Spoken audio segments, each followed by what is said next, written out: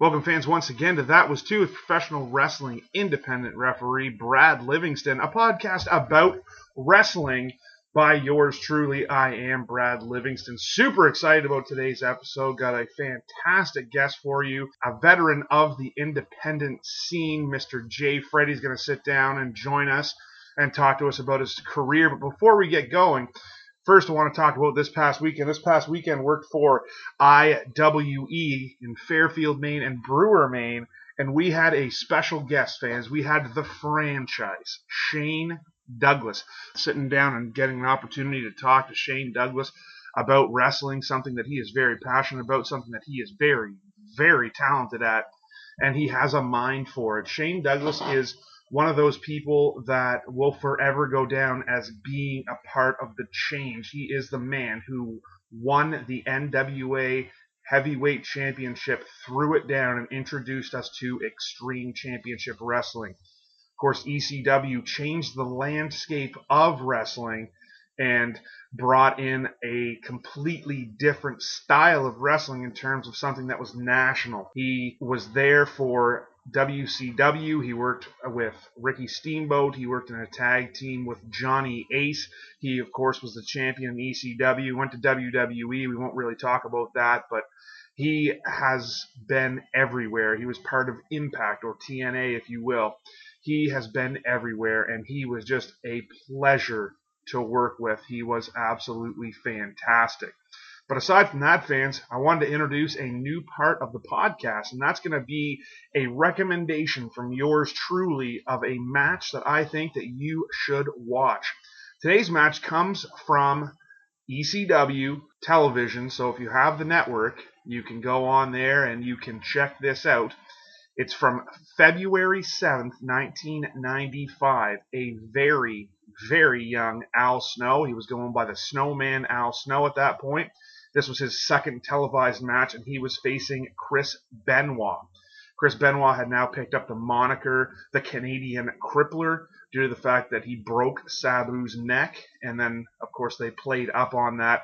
He, at this point in time, was part of the Triple Threat himself, Dean Malenko and Shane Douglas. So they were building up Chris Benoit as he was going to be making a charge, and at the end of this particular TV taping, they had a promo with Chris Benoit. They had highlights of him powerbombing Sabu from a table on the top rope through a table that had Rocco Rock on it from Public Enemy.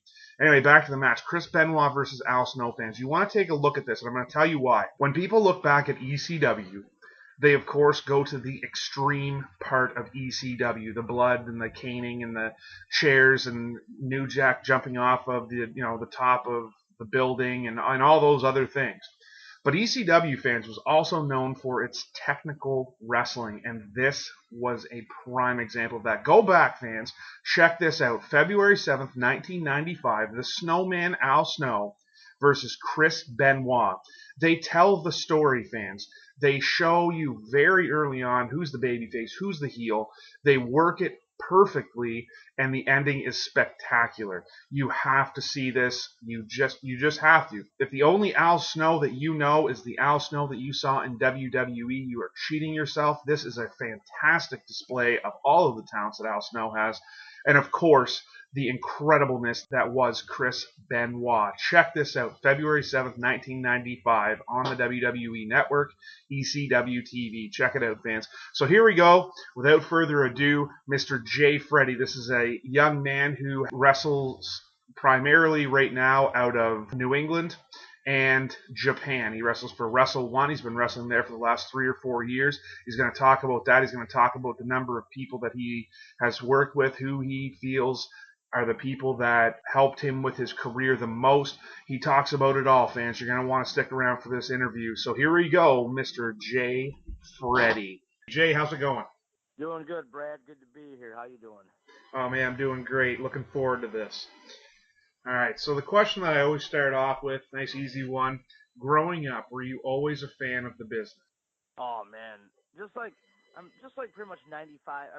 well, in my opinion, if you're out in wrestling, you had to have grown up a fan or at least watched it. I grew up a diehard fan. You know, everyone always cites like a certain match they've seen that hooked them to like the sport. Mine's actually kind of a little against the grain as far as like everyone will say like, oh man, I watched like Hulk Hogan versus Ultimate Warrior from, you know what I mean, or such and such. My first ever wrestling match, believe it or not, was a random Sunday morning, and for some reason WWF Superstars was on. And the match I saw was Men on a Mission, Mabel, Mo, and Oscar. Yeah.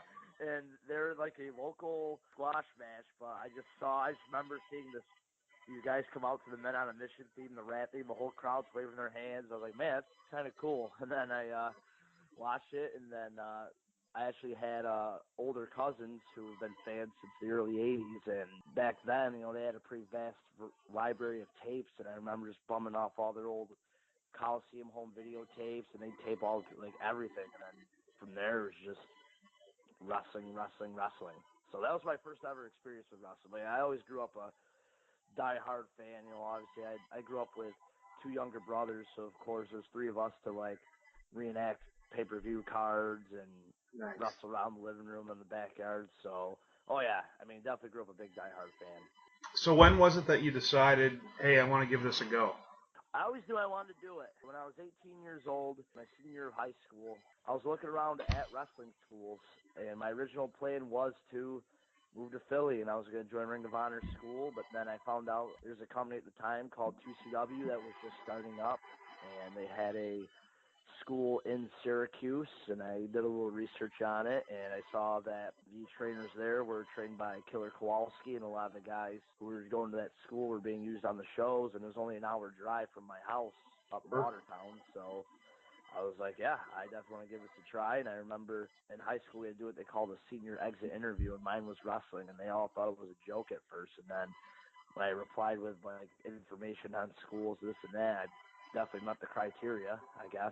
So it was around my senior year of high school. I was like, you know, all right, I'm going to do this. And so I never wanted to be like that what if guy. I said, you know what, if I want to do it, if I want to do it, I got to do it. So it was around my senior year of high school, so I really decided, okay, this is what I want to do.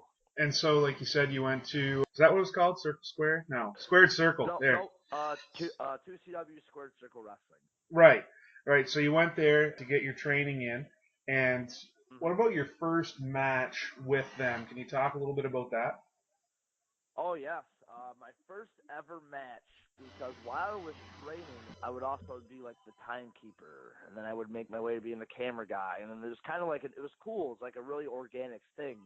The fans knew I was training, and as 2CW got bigger and bigger, they would see, you know, little Jay Fred there ringside with his camera, you know, trying to film the shows, and then finally it worked up to like these fans would always ask you, when are you going to debut? Like, when's your first match? And then I remember it was Living on the Edge weekend here in Syracuse at the Pastime Athletic Club, the old famous 2CW arena, if you will. And I remember the show before that in Binghamton, a wrestler by the name of Max Bauer, who was big in the New England scene and actually wrestled for FCW and NXT for a little bit.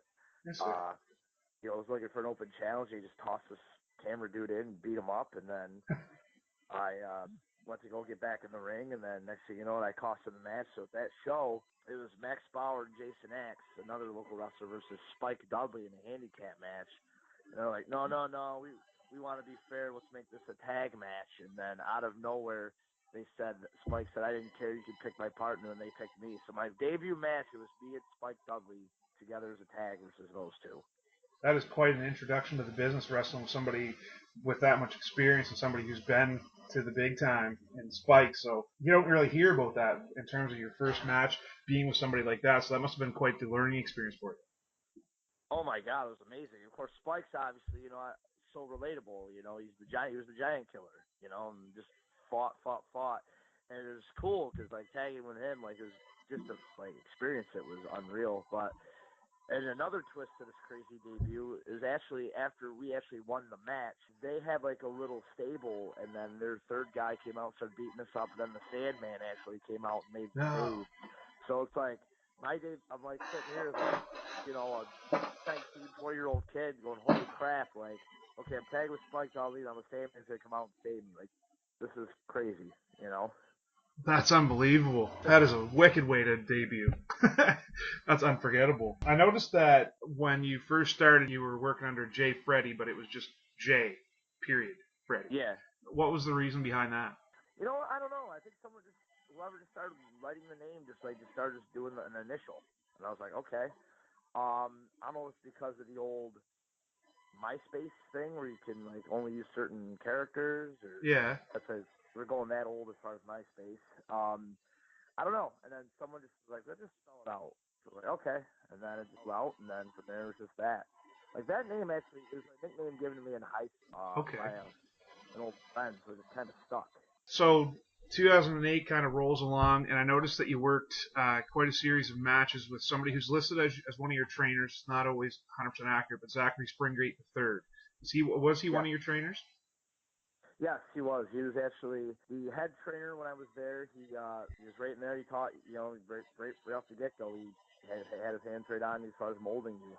He taught me everything as far as tying up to bumping, and then from there, here's the initial guy as far as like getting the wheels rolling here, and then another guy, Ice Effect, was really more like a hands-on in the ring, running the drills guy. So Okay. I always credit those two as like starting like my training.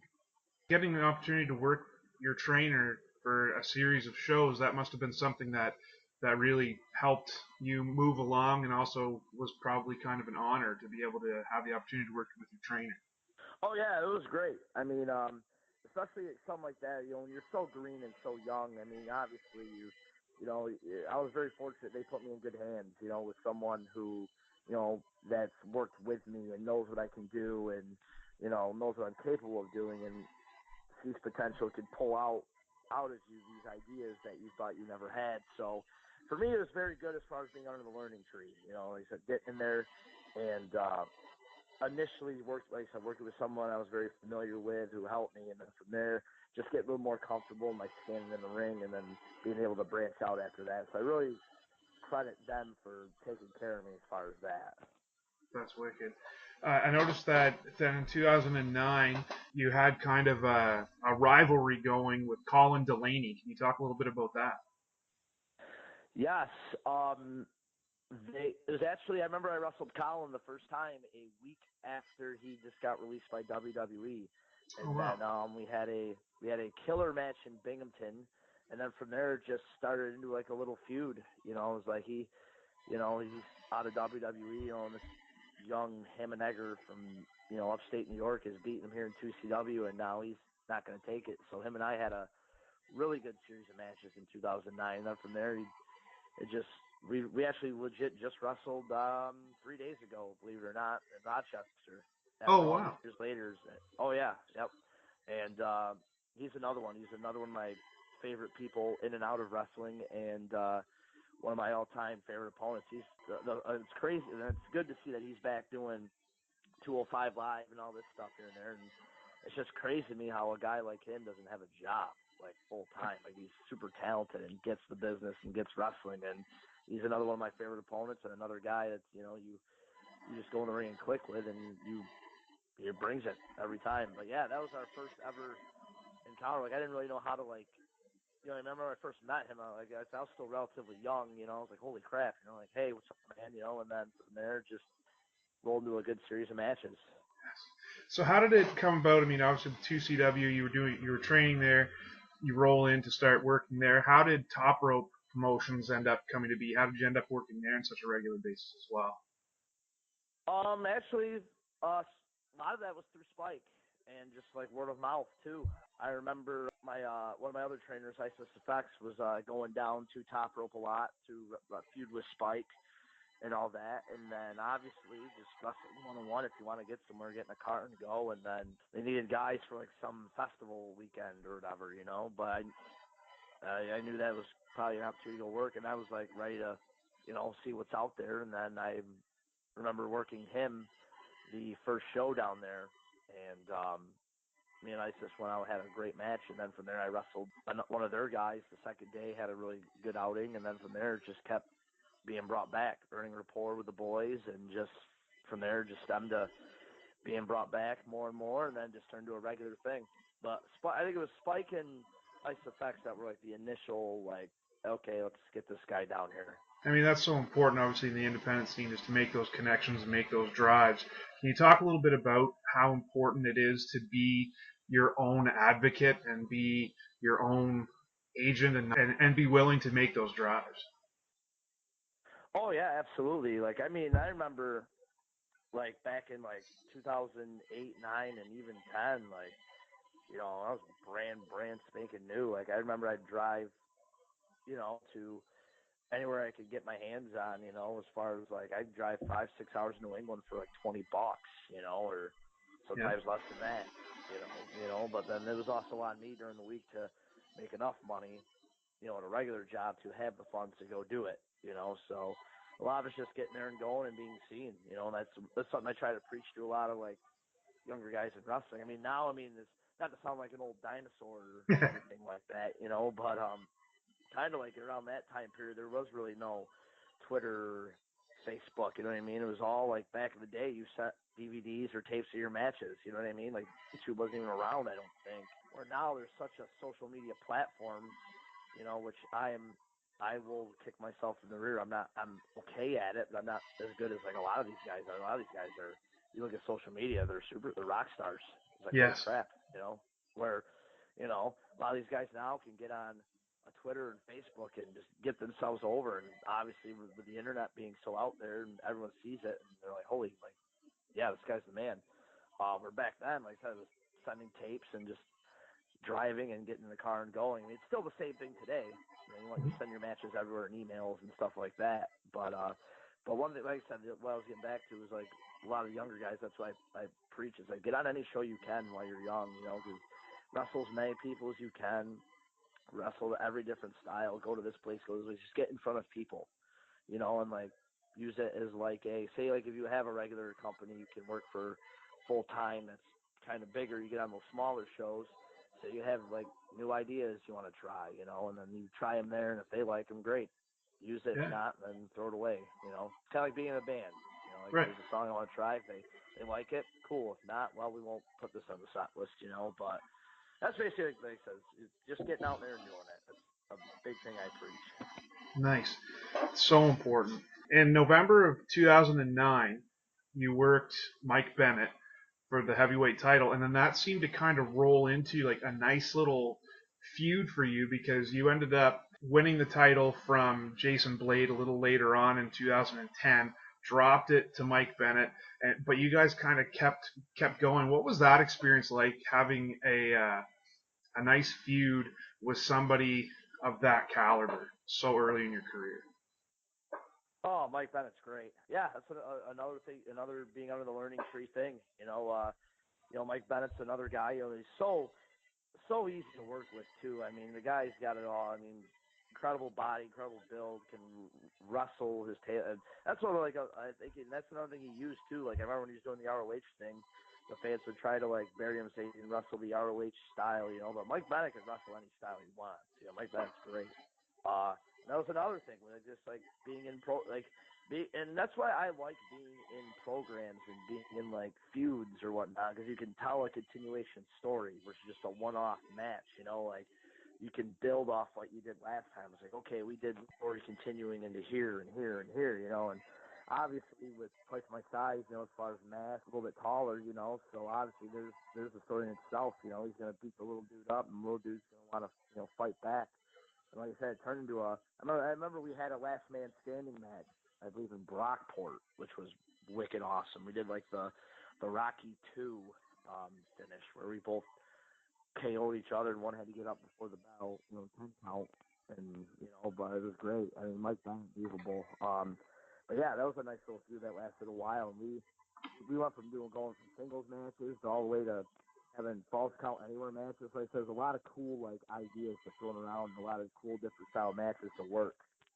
I think that's one of the things that, in terms of like mainstream fans, they don't get the opportunity if they're not out there looking to see how talented guys like Mike Bennett are because they see him come in with, in the WWE with his wife, and then all of a sudden he disappears, and people don't really get how good he actually is. Oh, absolutely. I mean, like I said, he's been around for a long time. Like he's been around. I believe I I believe since like 2000 and like two. He started way young. Like he actually trained with Steve Bradley. Like, that's an old school OVW, old beef South name, like the original WWF developmental. And then from there, like he's growing up, and he got into ROH there, started developing that character, and it's taken off. So speaking of ROH, 2010 was also when we saw you kind of make your debut and get to work some ROH. Eddie Edwards was one of them who you had worked in 2CW. So how did ROH come about for you? It's actually a really cool story.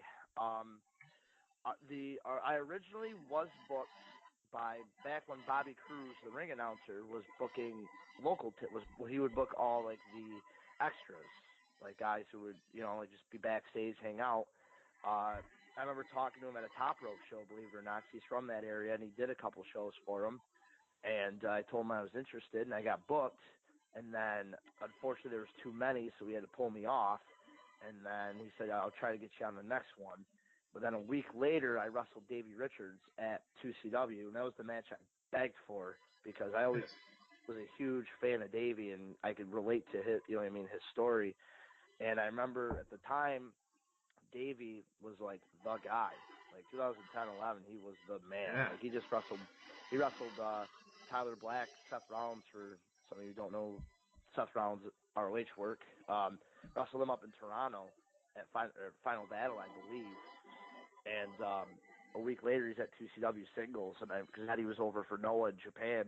And I remember begging the promoter, please have this match, because I was a couple years in, and I knew that was like the test, like the measuring stick. I said to myself, I go, if I can't hang with him, at least go out there and have a good outing, then I need to go back to the drawing board and figure stuff out. And I remember we went out there and we crushed it for like 20 minutes. Like it was a long match, and then after the match, it was Davey who said, hey, he goes, are you free next weekend? I said, yeah. He goes, come down to Philly, because they're doing tapings at the ECW Arena. Oh, He goes, wow. come down to Philly. Yeah, he goes, come down to Philly and get on tapings.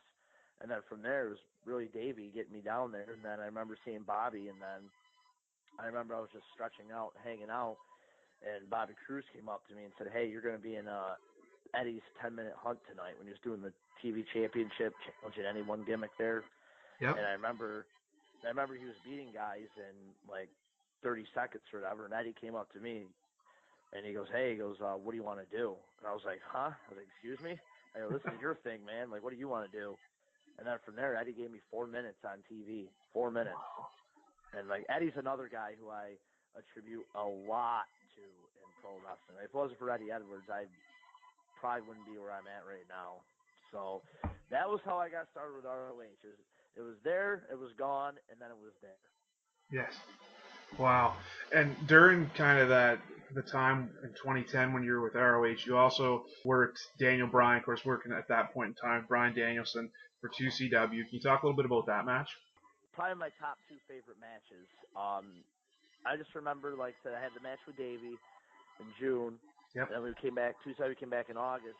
And it was actually in my hometown. They gave me the opportunity, and I remember coming that weekend ready, because we did ROH Friday and Saturday, and then 2CW was Sunday. So I remember I had 2 days worth of good wrestling to be like, okay, this is it. And I just remember going in there, my brain, my thinking cap for that night was it just happened to be on. And I remember just sitting down and getting ready, and then Daniel Bryan, you couldn't ask for a more professional human being on the planet. And he came, and versus the typical guys who with WWE will come in, they'll just do their normal thing. Like he came in and worked. Like I felt like I actually had like a classic American Dragon, Bryan Danielson, that night. We did everything.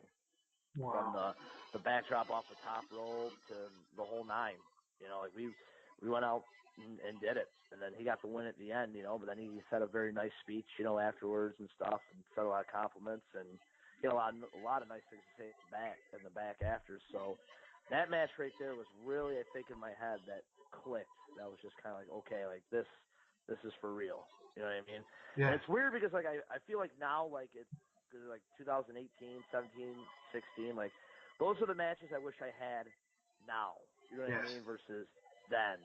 You know what I mean? 'Cause I think now with everything on social media blowing up, those matches probably been like, oh, you know what I mean?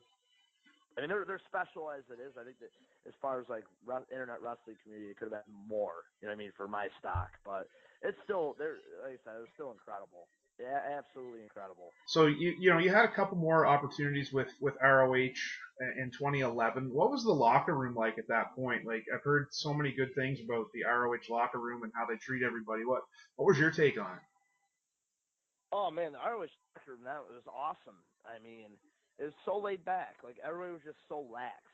I remember like going in there and thinking, you know, obviously when you're first there, you're thinking like it was like my first experience in Japan. Like I remember sitting there like oh man, like oh man, here we go, like ROH, like this is the this is it. This is all serious, serious guys ready to rock and roll. And then you get in there and everyone's just laid back, so relaxed. I mean, some guys were playing No Mercy on the TV in the locker room in Nintendo 64. Yes. I was like, man, this is cool, and it was like a cool, like once you see it, you ease into it, and I always and this is another thing I also preach too. It's like, man, when you have a good locker room that's just having fun and it's just so relaxed, everyone's getting along, the shows are better. You know what I mean? There's no stress.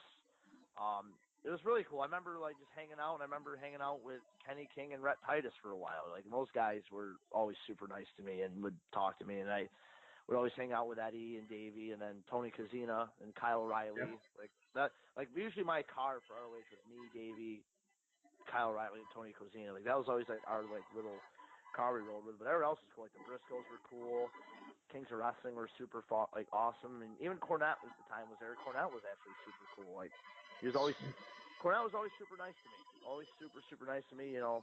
Hunter or Delirious at the time he was booking, still is. He was super cool. I remember when I first got there, Adam Pearce was doing the booking, and he was super cool. Like it was just a really cool atmosphere. Like I said, the whole locker room was really cool. Everyone was awesome.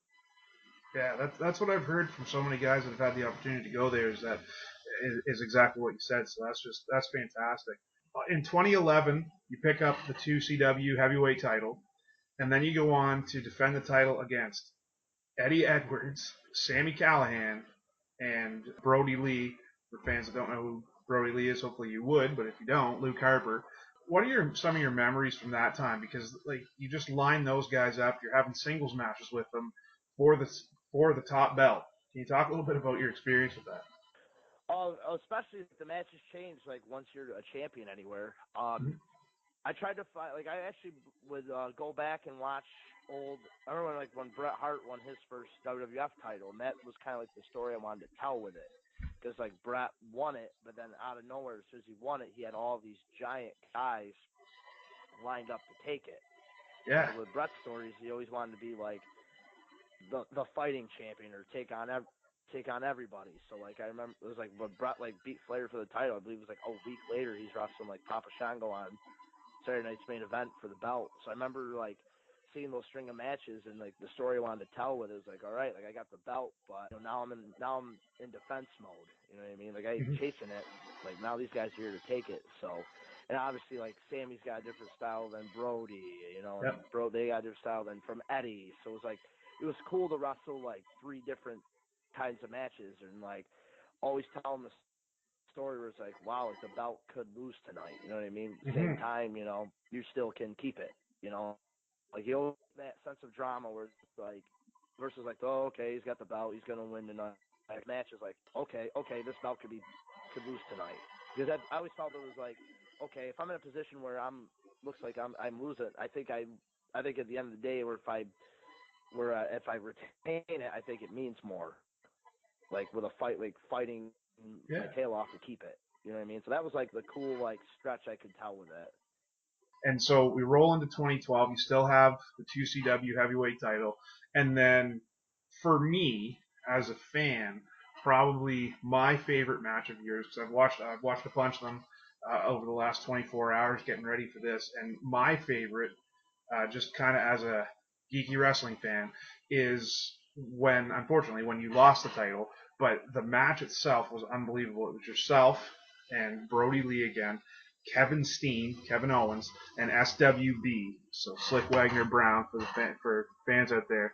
And that match it told so many stories, and there was so much action. And I think one of the things that pulled me into it the most was when SWB pinned you, and you were the first one eliminated. They panned the crowd, and the look on their faces told me the story that you were trying to tell. Can you talk a little bit about that match and how that match was planned out and the setup and just the overall feel? Because watching that match was giving me goosebumps. That was definitely the setup. I mean, they, like I said, I mean, if you look at all like the things on the table there, I was the champion. I was in my hometown. I'm in the ring, and obviously when you have guys like Steen, Brody, and Wagner, I mean, those guys are been around a long time and they're great at what they do. And we have a melting pot of like those ideas and different characters all in one. You can have nothing but good come out of that. And I remember thinking, okay, and it was actually the promoter's harebrained idea. And I remember thinking, like, these people aren't going to know, like what to think.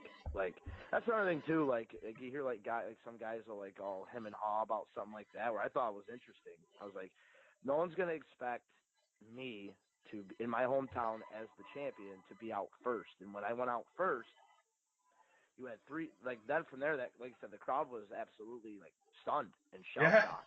But then from there, it was a climactic build to the finish because now there's three guys that there's a guaranteed new champion. Who's it going to be? You know what I mean? Right. So I thought it was cool. You know what I mean? I thought it was pretty interesting. And then obviously they had the big finish where Brody wins the belt.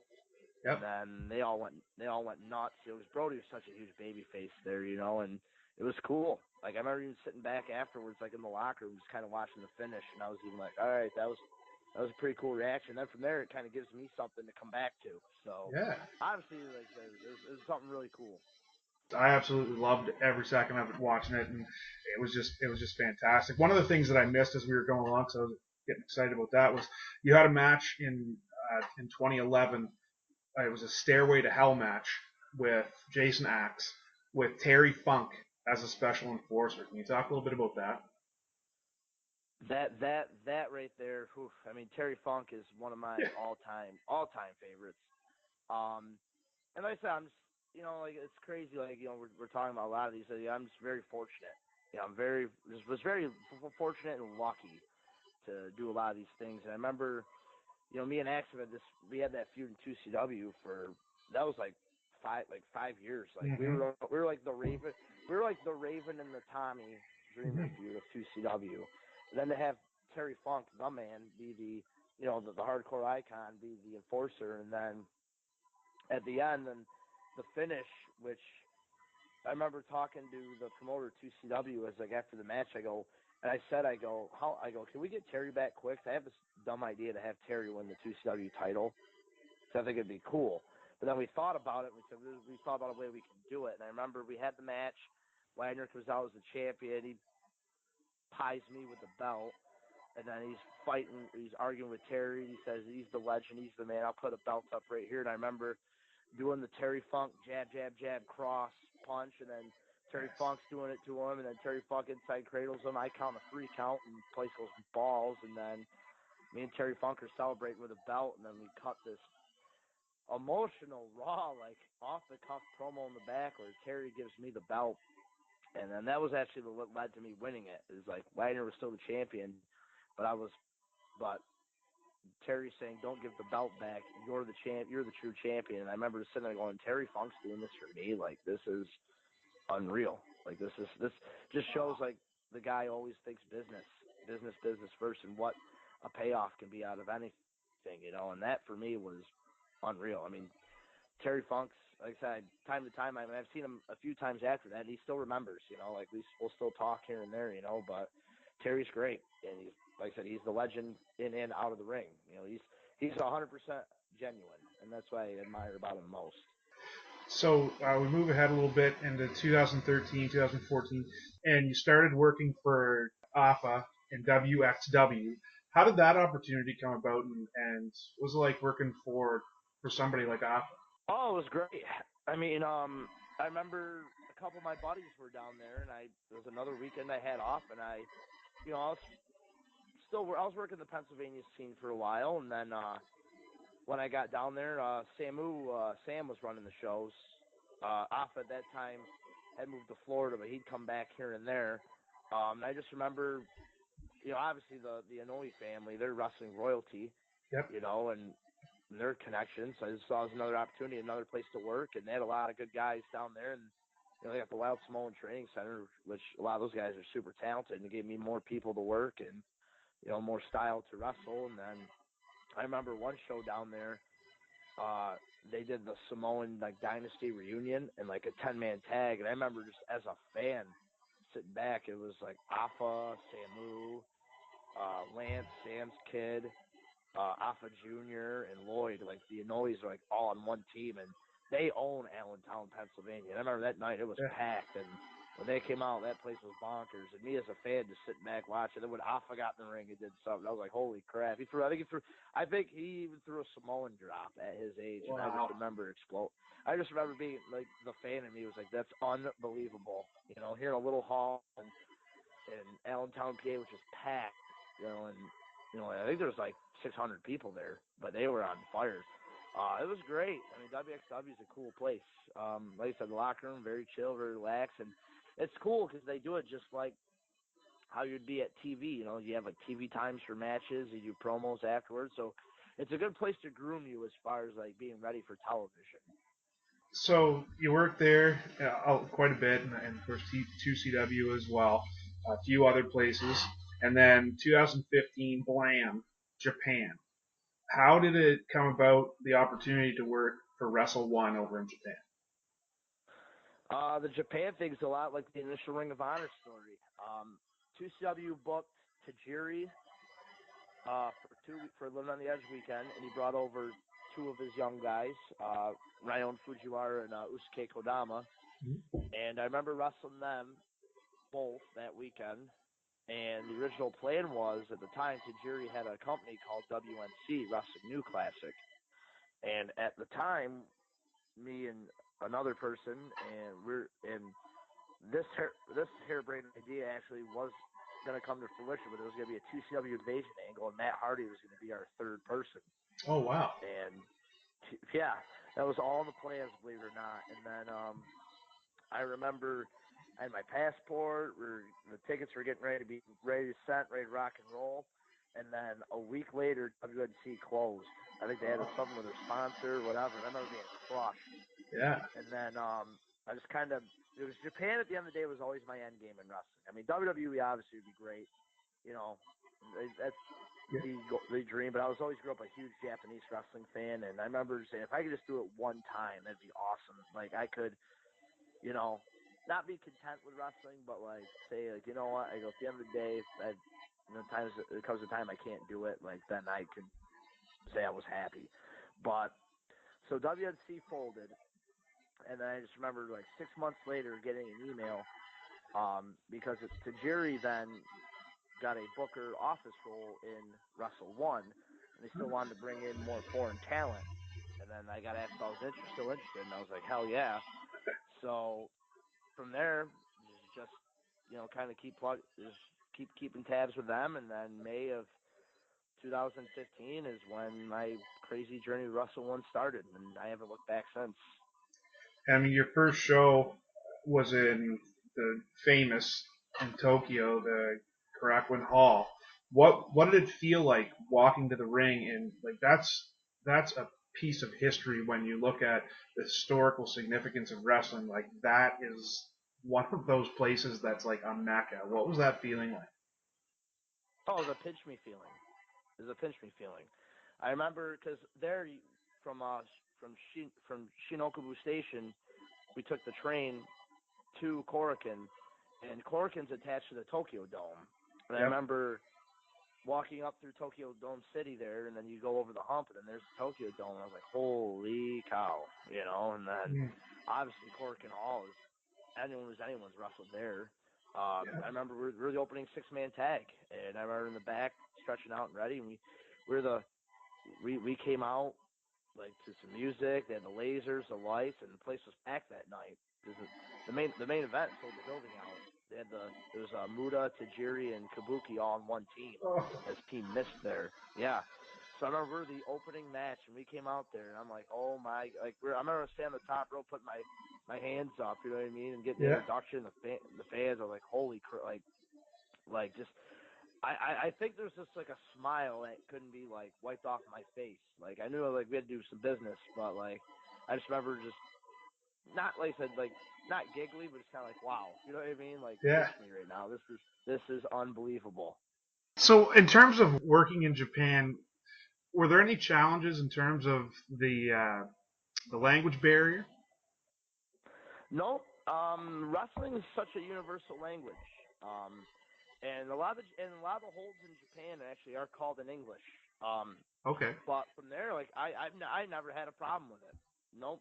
I actually I prefer the Japanese style to like that's just what suits me or makes me feel more comfortable. So like going there and obviously having a like just watching matches and matches of this guy and this guy like and then doing a little homework on Wrestle One before I went. Like I knew what series of matches I was going to be put into, and you know I remember they did the Road to Keiji Muto tournament, and I got to the semis, and I remember I wrestled Seiki Yoshioka in the semis, and he's a fast-paced cruiserweight. I remember seeing his matches and coming up with all these ideas and what we could do, and I remember we went out for 15 minutes, and he got the win in the end, but the match itself, I knew that was going to be my match to, like, get mine over there, if you will. Because I remember Right. I debuted as a six-man tag.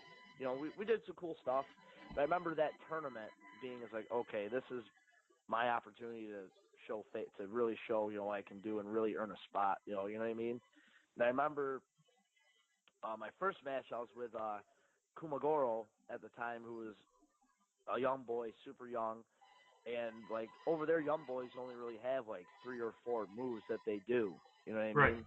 It's very very simple. So I remember thinking the 4 moves he had, I really, really, really wanted to make them mean the most. Like if he hit them, like really get the most mileage out of it. And I remember with Seiki, you know, like he's so finesse and so quick. And I remember like with the story there, like okay, I want to ground him, and then when he gets moving, that's when he's gonna get over, and then we're gonna start trading more and more, and then that's from there. It was that tournament. I was like, okay, he's all right, and then after that, getting the opportunity to wrestle Kazayashi and Minoru Tanaka like that from there for me was Wow. the ultimate. Like those guys, like they've been around forever and they're legends in my eyes over there. And they, you know, and then Kaz is one of my all-time favorite opponents. He's fantastic. Talked to Phil Atlas, who's worked a lot over in Japan, and he says the same thing about Kaz. That's his favorite opponent, without a doubt. Oh, Kaz is like fine wine. He does not age. He just gets better. And the intensity he brings into every match is unreal. And he's just so crisp. So 2015, obviously a big year for you, getting the opportunity to head over into Japan.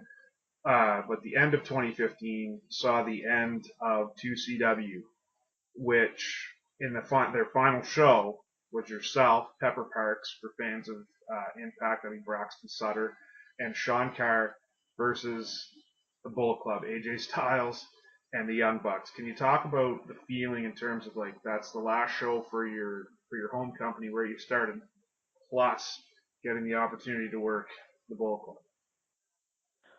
That like I said, it was sad to see the doors closed. There was a lot of memories, you know, and there's still a lot of memories that I hold a lot cherished to this day.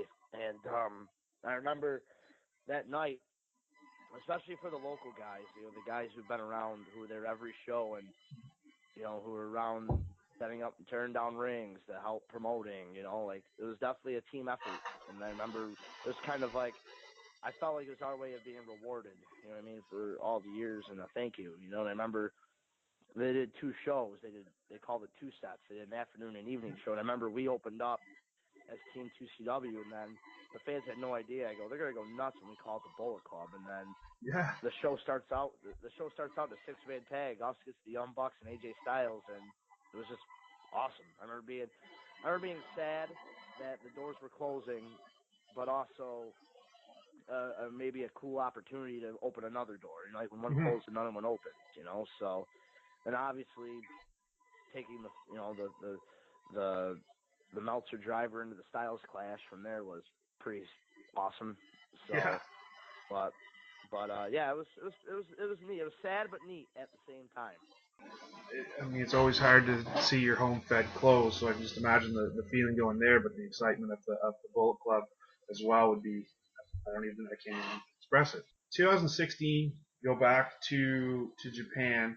Was that expected that you were going to be going back after your 2015 time, or was this they called you up again and you didn't really know that it was coming?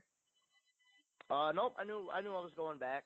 'Cause I pretty much stayed in Japan there for like close to 5 months Yeah. my first tour, and I was there a while. And then they're like, yeah, please come back, or we'll bring you back. Like, we'll stay in touch. And then I remember when I went back, because while I was there, Kodama was actually in Canada in U.S. working my first tour. Okay. Um, and I remember going back. And then when I got home, Kodama was still here, and he actually lived at my house for a while, and it was actually Wow. really neat to have. It was real neat to have him here for like the American holidays, like Thanksgiving and Christmas and New Year's and stuff like that. Um, and then he was the cruiserweight champion over there, and then I remember they wanted to bring me in to wrestle him at Corkin, co-main event for the belt, and I remember going, huh, yeah. And then continuing like the story of like, he lived in America, and then I was in Japan, and now we're gonna finally meet, and I'm next in line for the cruiserweight title. And then from there we went out Cork and went 20 minutes, and it was cool. One thing about Japanese fans is they don't forget, if they like you, they like you. Yes. And it was almost like in that match I was kind of the baby face. Like I remember the crowd, I felt like I earned so much rapport over there with them, and actually a little bit of a fan base. I remember getting a J chant before the match even started. I'm going, Oh wow. like wow, like they want to see me win this thing. And at the end, so we had that right there is probably my favorite match of all time.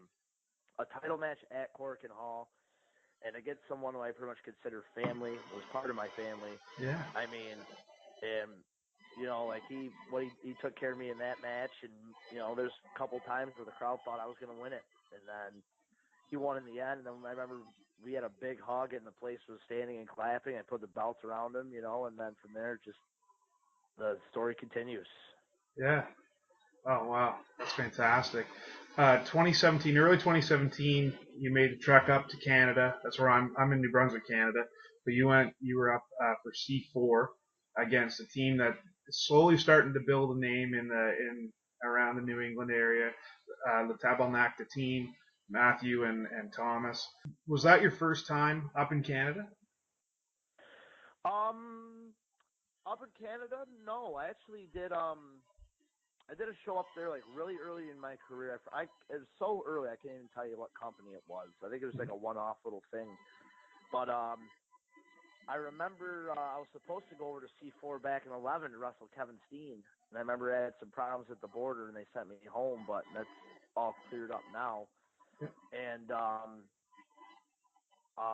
remember meeting the Tabernacle at Beyond Wrestling, and those guys are so good, and and I remember we went up there for C4, and it was a fun match. Like it was kind of like, for me, it reminded me a lot of it of the Freebirds and the Von Erichs. Like I remember we came out, we're in the ring, and then tag such home Canadian guys, when they came out, that place was nuts, and we're thinking, all right, game on. You know what I mean? Like now, this is definitely a home field advantage for them, and that was our story.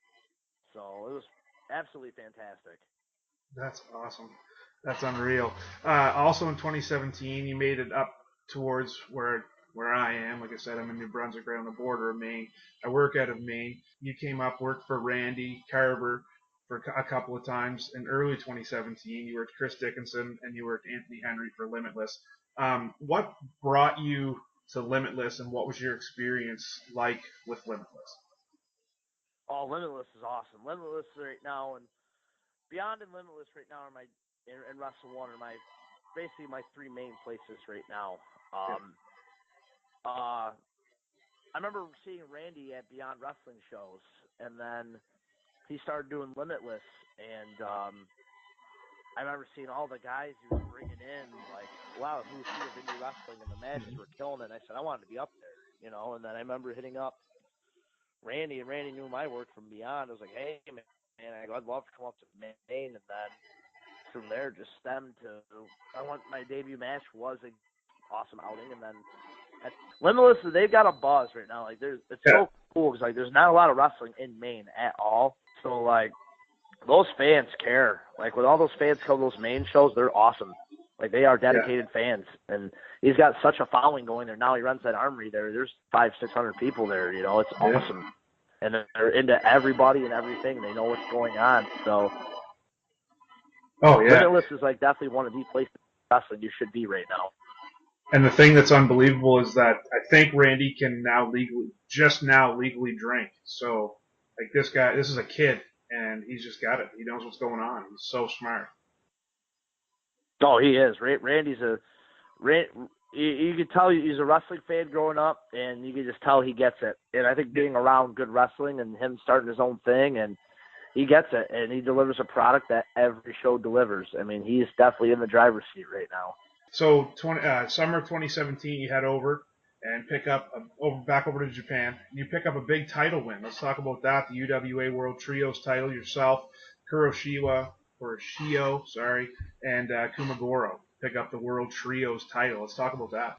Yeah, we went. It was actually in Chiba, another big area where they run and draw a lot of people. And I remember they put us as a hodgepodge tag team. It was myself, Kuroshiro, Ikemanjiro, and Kumagoro. We faced Kazayashi, Shuji Kondo, and I believe their third partner was Manabu Soya, from New Wild Order, And I remember thinking, okay, it's gonna be a good outing, and then we're in the locker room, whatever, and then we hear like, okay, like tonight, new champion, and over there, like if you have a belt, like it's super respected, like you're champion, and like I remember sitting there going, wait, what? Like we're gonna win this thing, and then what I mean, it was like a double take, and I remember looking at my one buddy, Masuki Mitomi there. And he just was nodding his head like with a smile, because he knew. He was looking at me going, tonight's your night, and then we went out and killed it with him, and then the finishing sequence was awesome, and when we won, that crowd had no idea we were going to win that match, and then we won. It was like a big thing, and I remember seeing that, because those belts have been around forever. They were brought over by Mexico, a Mexican promotion in the early 80s there, and the old Toryman and Dragon Gate had him for a while, and then Russell One had him, and then I remember holding that, and there's actually there's a couple of pictures of me holding the belt up, and I'm actually crying a little bit because that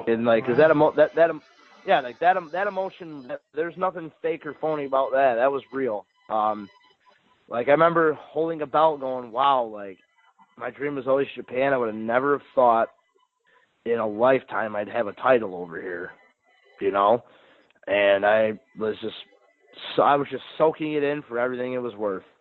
In the locker room, everyone's shaking your hand, saying wow, you're now a piece of the company now, congrats. And I remember that night out in Tokyo was a big party. Let's just put the least, to say for the least there. It kind of felt like when, a team wins the World Series, the champagne was popping. But, no, it was for me, it was very important. It was kind of like a culmination of everything, all these years of, grinding and the injuries and the bumps and the bruises and the miles. It's what, this is cool. This is the payoff right here, and then, it was just incredible. And to share it with two guys who are that's the one thing with Wrestle One is it's a family, and those guys are pretty much, I consider like brothers, especially the guys in the dojo, a lot of us who live in the dojo together, we're tight. We talk online every day to each other. We always send each other dumb messages or funny stuff, and we all can't wait to see each other again, and that's something that that's something since the old 2CW days I haven't really had, and then from there, every time I go back there, it's just such an emotional experience to see those guys. And when I leave, it gets so hard to leave. You know what I mean? I always make the joke, one day I'm just going to go over there and just never fly back, or I don't know. But I mean, it's like I said, like winning it with those two guys, it meant the world. So we lived together, trained together, eat together, and it was just unreal. And especially to beat those guys. I mean, Shuji Kondo's the man over there, Kazayashi and Soya. Those guys have been around since, All Japan, like in the mid 2000s. Like, it was just unreal. One of the things I wanted to talk about was in Limitless right now, and I think in Beyond as well. You've got a nice little team going with John Silver, the Thick Boys. The first time that I had heard of the Thick Boys was obviously with Limitless, because I work in another promotion with the Mainstay Posse, with Danger Kid, Aiden, and Alexander Lee, and I'd watched your guys' match with. I don't think Aiden was there, so it must have been DK and Alexander Lee. But your guys' team just it just works. Like, you guys just seem to have that chemistry that you don't always see with tag teams. Can you talk a little bit about your teaming with John Silver and working, in Limitless and Beyond and stuff as a tag team? I actually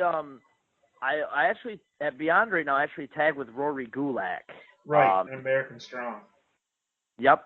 But yeah, back to me and John. Me and John just click. Me and John have always been good friends, like, through the years, like on the Indies and beyond. And I remember Randy wanted to put us together, and yeah, I think he wanted to do us like an American Wolf style team. You know what I mean? And then I remember it was John, because like him and I are both like, if you ever see us outside of wrestling, we're just both goofy. Like, we both like come up with these dumb jokes and make each other laugh. And then he goes, I remember he just sent me a message. He goes, we should just call ourselves the Thick Boys.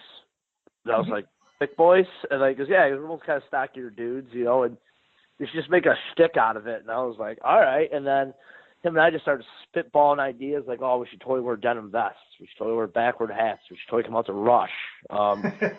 Like, we should be like, it's basically like, we should just be like Bill and Ted, but instead of pot, we're going to be like just frat boy drunks, or whatever, and like, we, like, basically those guys who want to crash your party, drink all your beer, and hook up with all your women, but usually at the end of the night, we never score with the women, so we just keep back to being full of ourselves, So I was like, all right, so that's perfect.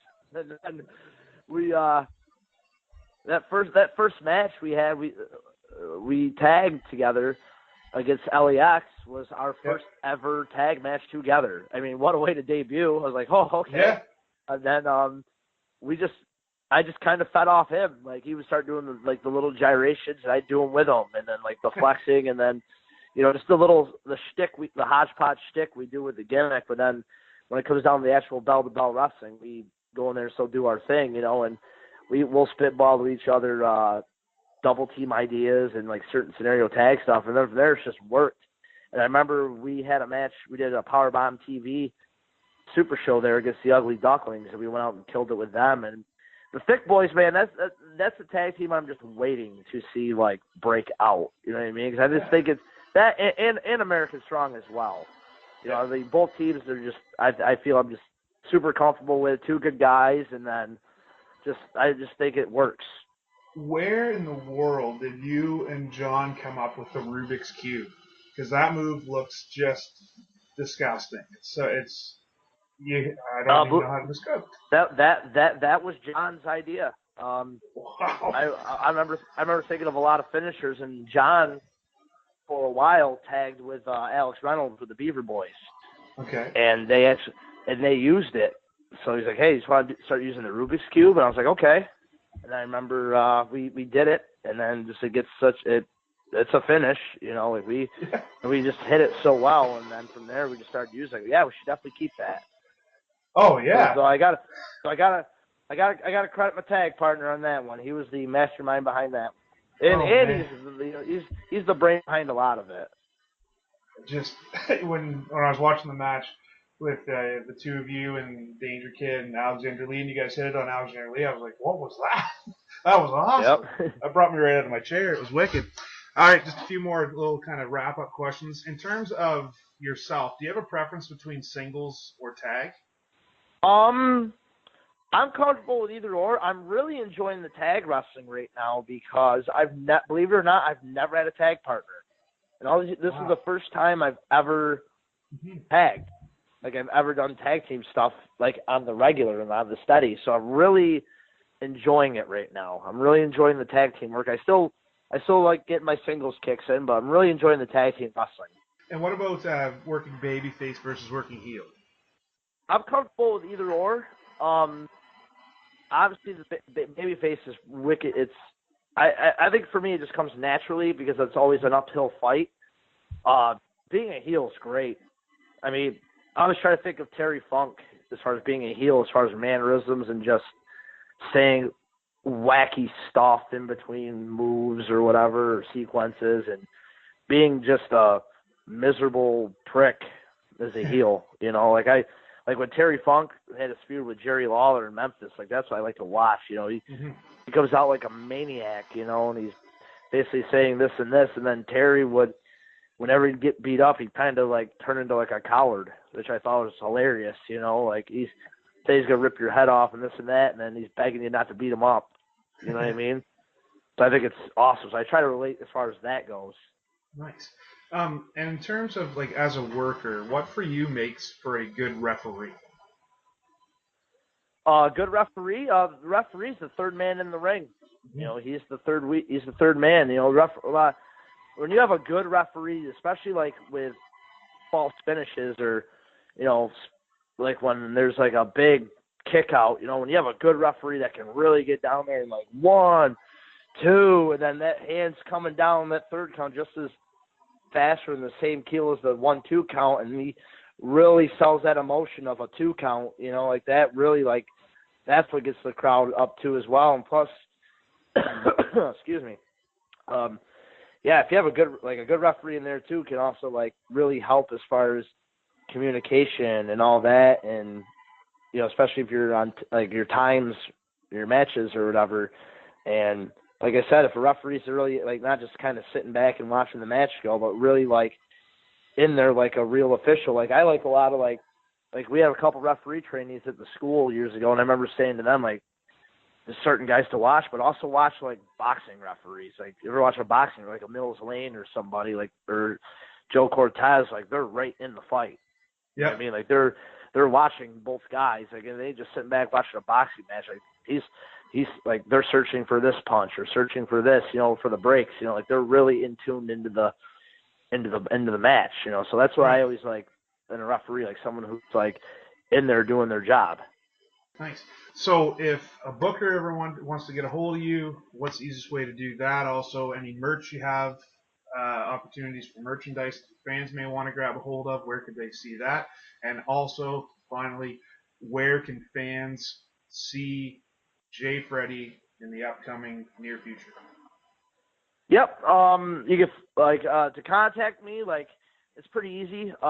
Twitter and Facebook's probably easiest. You can direct message me on Twitter at J_Freddie or on Facebook at as Jay Freddie spelled out. Next, I have Beyond Wrestling coming up here. Me and Rory Gulak, American Strong, have a good stretch of tag matches here. The 24th, we're wrestling the Doom Patrol, the Evolve Tag Champions, Jaka and Chris Dickinson. Oh, wow. And then the 25th, we're wrestling LAX, the Impact Tag Champs there. So we got that coming up. March 9th, I'm actually returning to Top Rope Promotions, first time in years. So it's a nice little reunion with Isis Effects. We're going to do a little tag match together. Then after that, got another Beyond Wrestling show. And then I got Beyond the next weekend. And then Limitless coming up here on March 30th. And then this is actually breaking news for you. I haven't even announced it yet, but all of April I'm going back to Wrestle 1 to Japan. So, oh, wow. I will be out of the country all of April. So that's what I have coming up. And then hopefully from there, maybe some cool stuff after that. Merchandise, I'm actually, believe it or not, in the line to be getting merch made. There's a company that's starting to really get a lot of name out there called Rolling Elbow. They make a lot of like Masawa shirts and stuff like that. So I'll definitely have the link up to that soon on all my social media stuff. But that's pretty much my upcoming schedule. Fantastic. Well, I can't thank you enough for taking the time to sit down and have a chat. I've really enjoyed it. Thank you so much. Not a problem. Thanks for having me. Anytime. Right on. Fans, that was two with Brad Livingston with Jay Freddie.